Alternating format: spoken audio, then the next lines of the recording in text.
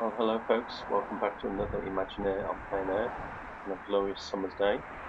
Next to a very busy road, and let's go off and find some rural peace and quiet with a historical inspiration.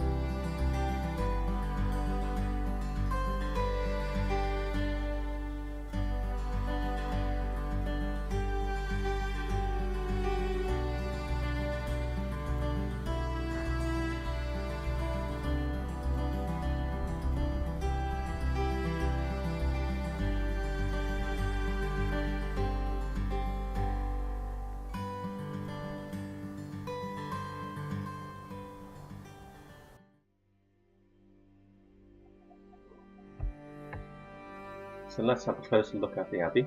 It's worth noting that the landscape would have been very different back then. The Abbey would have been surrounded by miles and miles of swampy fenland, whilst the Abbey itself sat upon a gravel bank, imposing and atmospheric.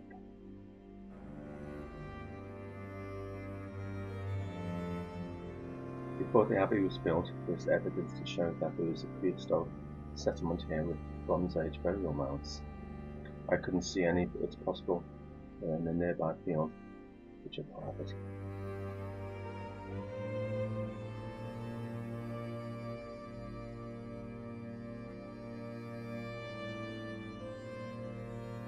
Denny Abbey began as a small church for Benedictine monks from nearby Greeley, which is where we went last month.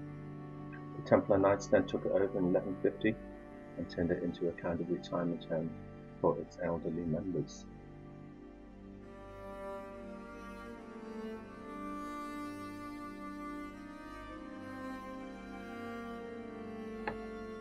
A Templar's grave was discovered at Denny Abbey, and I think this is the actual grave. Quite why he was laid to rest so close to an entrance which was for the former Templar church, I'm not quite sure. Perhaps his ghostly remains stand guard here.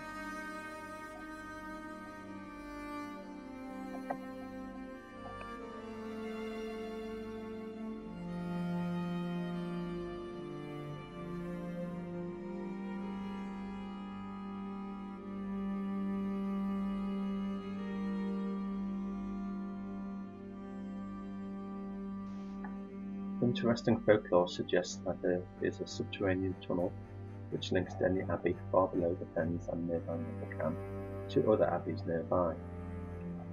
This includes Spinney Abbey, which is around 7 miles away, and also the Leopard Chapel in Cambridge, which I featured in a previous video, and this is around 8 miles away.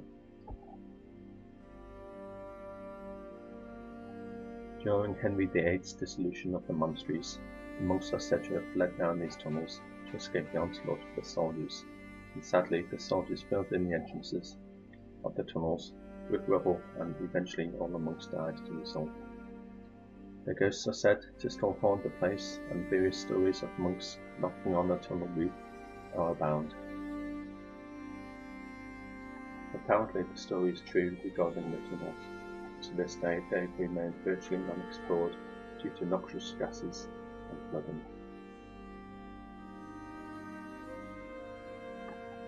Nearby Denny Abbey is a place called Soldiers' Hill, which is said to be connected to the Knights Templar, and there's an old tradition that is said if you walk around the hill 7 times, you will hear the monks singing.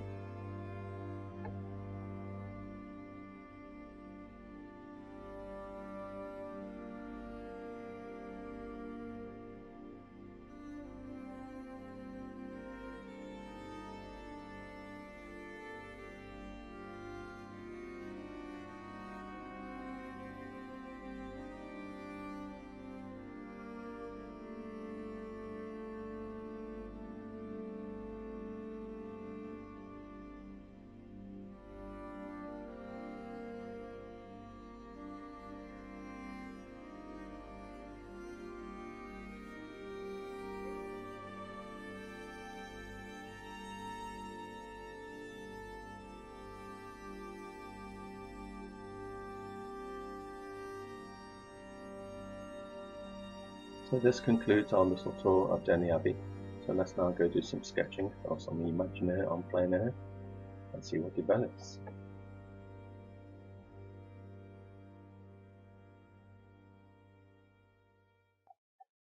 So here I am. I've chosen a particular viewpoint of Denny Abbey to do the sketching, and I've chosen this viewpoint primarily because it's a bit more three-dimensional than the other viewpoints. A lot of the other options were quite flat and one-dimensional.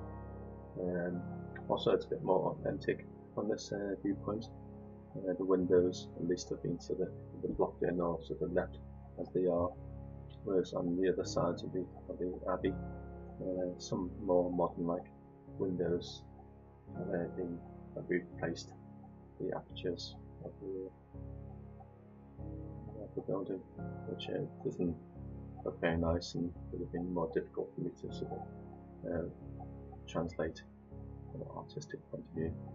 Also, particularly like the way the light shining on the building. The yellow stone is particularly beautiful in this light. And also the courtyard area, of course. This could be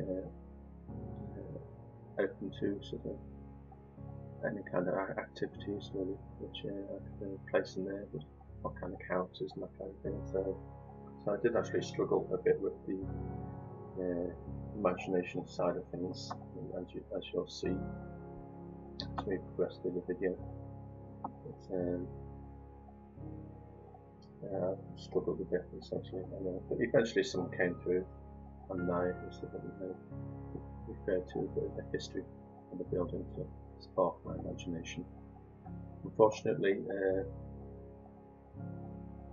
I wasn't able to sort of do the whole of the imaginary and plein air on site, so I do go back into the studio, primarily because the actual abbey closes at 5 o'clock in the afternoon. I wasn't able to get there till about 3:30, 4 o'clock. Primarily because it's quite a difficult place to get to. There's actually no sort of direct transport there. I actually got a train to a nearby village called Water Beach, and then from there I walked, which was about an hour. So, and there was a pretty terrible walk alongside A road, which is in England, which is a very busy road for trucks and commuters and that kind of thing. So there's no pathway alongside, you just walk along the verge. And so it was a pretty hot day as well, and it was just pretty terrible walk. Eventually I do find a way of sort of getting back to Cambridge, which was a bit easier. But yeah, live and learn, as they say. But also during that day I was actually sort of went off to Ely at the beginning of the day, because I'm actually in an exhibition gallery there for the month of June, so I had to go to Ely then drop my picture off, and then come back and then sort of try and get to Denny Abbey.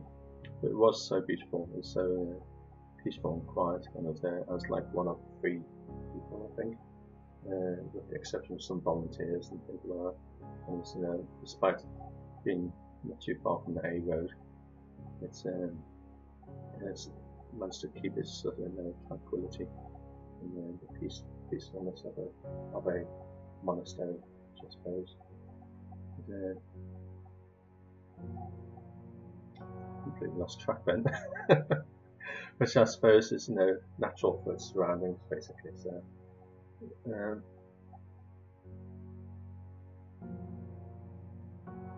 So as you can see, I'm starting to develop the kind of characters which might actually be part of the story. This building as a background, and my idea was essentially that there's a witch who's been asked to go there and kind of exercise a very naughty Templar Knight who's been haunting the place, which can kind of falls in line with some of the local folklore about the area. But this is a very dark, very black Templar Knight. And we don't know for sure what they actually like. I mean, we know the Templar Knights certainly like their money, certainly like the witches. But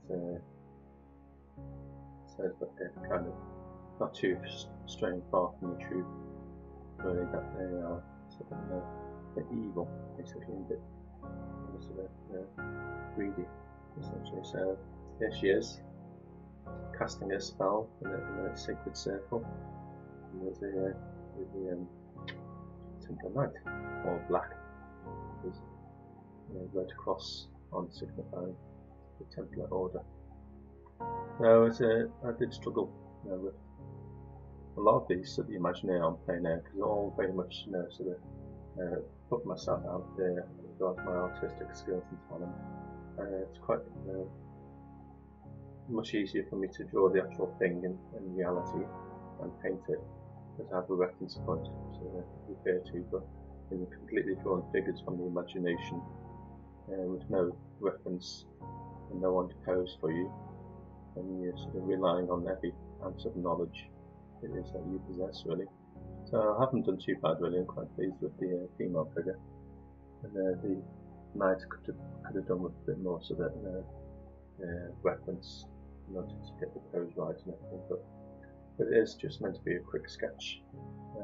Actually, I wanted it to make it look more atmospheric, actually darker, but it should really have taken place at night time, but I wasn't that sort of keen on sort of making it too dark, because then you'd lose all the details of the building, which is kind of what the whole idea of mentioning it on plein air was all about, to bring together the local history and the local sites and buildings and countryside or whatever it is that inspired me, and then to bring it into another world, essentially with some imaginative characters.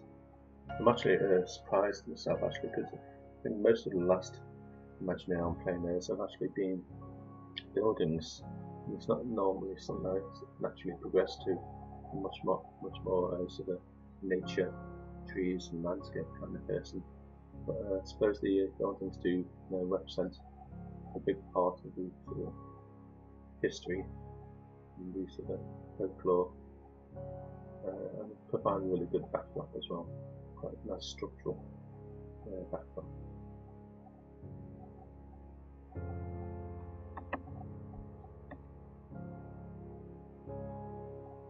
So perhaps one of the challenges of doing artwork for these videos is actually showing your mistakes, showing the kind of workings out as the image progresses, basically. And so the figures are from imagination, but the building obviously was there in front of me, so it's quite easy to kind of essentially copy the building. Whereas the figures from imagination, having to draw all these sort of draw upon all the knowledge which I've gained over the years the proportion and what a figure looks like, what a female figure looks like, what a male figure looks like, that kind of thing. And, yeah, I mean, I don't do too badly. I'm quite pleased with the female figure. And then the male figure, well, the kind of ghostly giant Templar Knight. He's not too bad. He's could be a bit more sort of realistic in some ways, but it's just there as a sketch, as a starting point, and eventually maybe some of these drawings will become final paintings as well. But mistakes are all part of the process. The working it out. You see me as we've gone through this video that I've worked out quite a few of the areas of the sort of drawing and sort of replace them with a more refined sketch or better working out the figure. And it's just part of the process. Mistakes are all part of the creativity of it all, about finding your way with a particular sort of image or pose, character, that kind of thing. And even the great artists do it. Artist called Ian McCaig, who's a concept artist for Star Wars, and he has some videos where he shows you, how he's progressing through the drawing, and if it's not right, it's not right. Basically, he talks about murdering your darlings, which is a way of sort of sacrificing the bad work in order to hopefully go towards the good work. And it means if you like the a certain aspect of the painting or drawing, but it's not working for the whole thing, then you just have to get rid of it and start again, essentially. And it's a very sound advice, I think.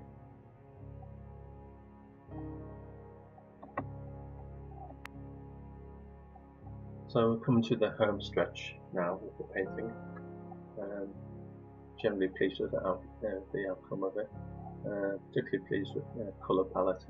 Actually used a limited palette for this painting, which consisted of ultramarine blue, probably a little bit of Van Dyke brown, yellow ochre, and cadmium red, which you can see in the hair candles and the temple.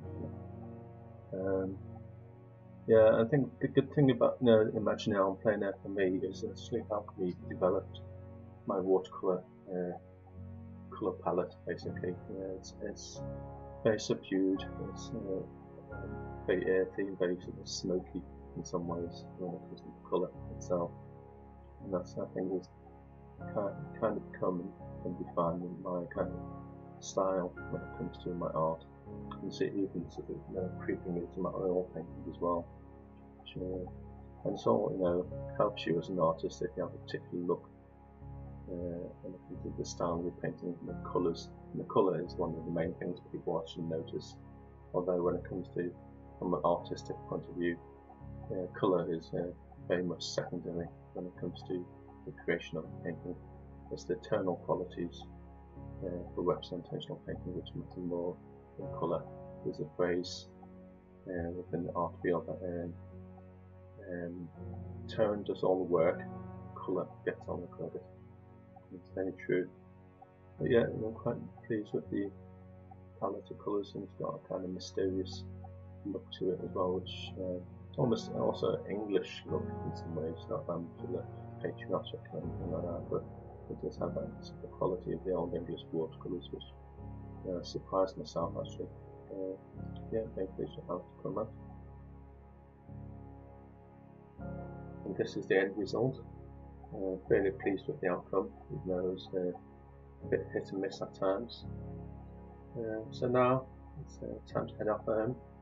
No more walking for me. I'm getting the train, and there's off for a pint or two of cider. And I'll be in touch. And until next time, hope all goes well for you. I'll speak to you soon.